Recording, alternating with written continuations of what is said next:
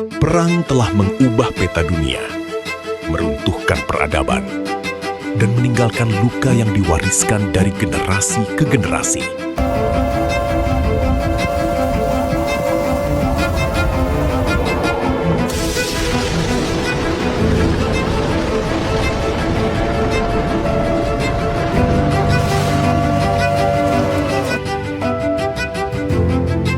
Mas, saya mau tanya.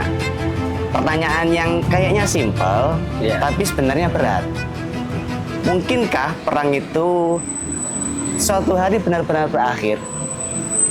Oke, itu pertanyaan yang sangat menarik. Sebelum kita jawab bisa atau tidak, pertanyaannya jangan apakah perang bisa berakhir atau tidak, tapi kenapa perang itu ada.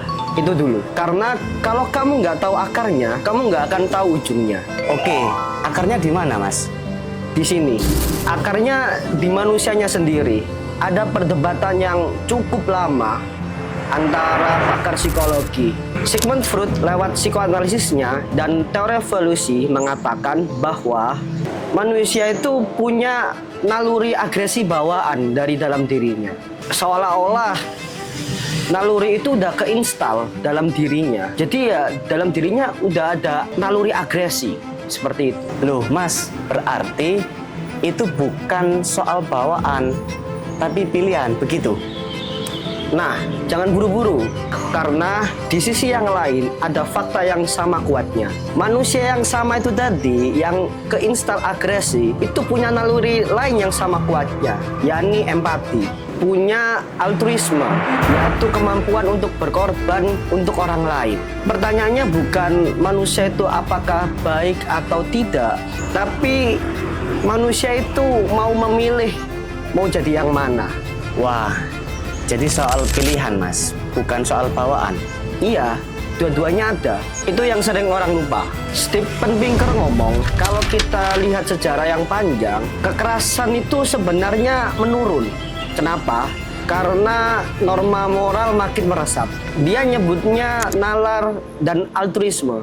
Jadi manusia semakin berpikir, makin manusia itu berperasaan. Makin sedikit ia membunuh. Berarti dunia makin damai dong, Mas. Sebentar. Itu cuma kalau kamu dengar Pinker. Ada yang mengatakan pandangan lain. Nanti dulu, perang makin bertambah. Datanya begitu.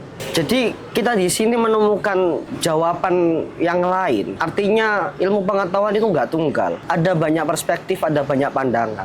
Ilmu pengetahuan pun akan terus terjadi perdebatan. Kalau begitu, apa yang sebenarnya bikin kita gampang kepancing perang, Mas? Ini kuncinya. Manusia itu makhluk yang sangat rapuh ketika ia sudah masuk dalam kelompok. Begitu ada kata kita dan mereka, begitu emosi kolektif itu akan menyala. Wah, akal sehat bisa hilang. Permusuhan kelompok ini yang bahaya. Kamu sebagai individu mungkin baik, tapi begitu masuk kelompok yang marah, kamu akan jadi ikut jahat. Kamu bisa jadi orang lain.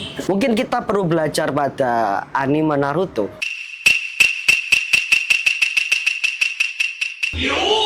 Perang Dunia Ninja keempat itu ketika kita cari akarnya, itu tidak berangkat dari Obito melawan aliansi seluruh ninja. Tidak. Ketika kita meruntut amarah kolektif itu berangkatnya dari mana? Dari permusuhan antara klan Senju melawan klan Uchiha. Oke, di situ ada dua tokoh. Yang pertama adalah Hashirama Senju, yang kedua adalah Uchiha Madara. Mereka sebagai individu berteman, baik, belajar, mereka baik. Mereka satu sama lain saling memiliki, empatinya ada, altruisme. Tapi ketika mereka sudah masuk ke klannya masing-masing, Uchiha Madara masuk ke klan Uchiha, Senju Hashirama masuk ke klan Senju, mereka bertemu tidak sebagai sahabat, tapi sebagai musuh bebuyutan. まず里と忍びについて語るには木遁残り用の術内派と千住についてからだの Dan disitulah awal mula perpecahan klan dan awal mula perang dunia ninja keempat dan awal mula kemarahan itu diwariskan. Kalau kita melihat anime Naruto tidak sebagai tontonan anak kecil, kita akan dapat banyak pelajaran filsafat perang di sana. Kapan mula awal permusuhan itu ada? Bagaimana perang terjadi? Mungkin kurang lebih begitu analogi yang bisa mewakili. Tapi tadi kan ada empati juga, Mas. Apa itu nggak bisa nolong? Bisa. Dan lucunya itu sering berangkat dari luka. Kembali ke anime Naruto. Kita masuk ke part bagaimana Pain menyerang Konoha. Di sana kita diperlihatkan kekejaman Pain menghancurkan Konoha dalam sekali serangan, langsung rata dengan tanah. Tapi ketika kita menarik lagi, sebenarnya siapa yang kejam? Kita lihat masa kecil Nagato, dia hidup di desa yang terhimpit oleh desa-desa besar. Artinya desanya Nagato itu desa yang dijadikan medan perang. Akhirnya apa korbannya? Orang tuanya dibunuh oleh ninja Konoha. Disitulah awal dari dendam dan permusuhan Nagato itu muncul. Dan di masa remajanya, teman yang paling dekat dengannya itu juga ikut dibunuh. Artinya kemarahan itu nggak benar-benar lahir dari dirinya. Itu ada yang memicu, sekompleks itu. Lah, makanya ketika dia nyerang Konoha, dia bilang siapapun yang tidak pernah merasakan luka, dia tidak akan benar-benar memahaminya. 痛みを感じろ。痛みを考えろ。痛みを受け取れ。痛みを知れ。痛みを知らぬ者に本当の平和はわからん。ここより世界に痛みを。Shinra Tensei. Jadi dia ingin memberikan luka yang sepadan untuk orang-orang Konoha. Manusia pun juga begitu. Kita tidak akan merasakan ketika kita tidak mengalami. Kita sering acuh.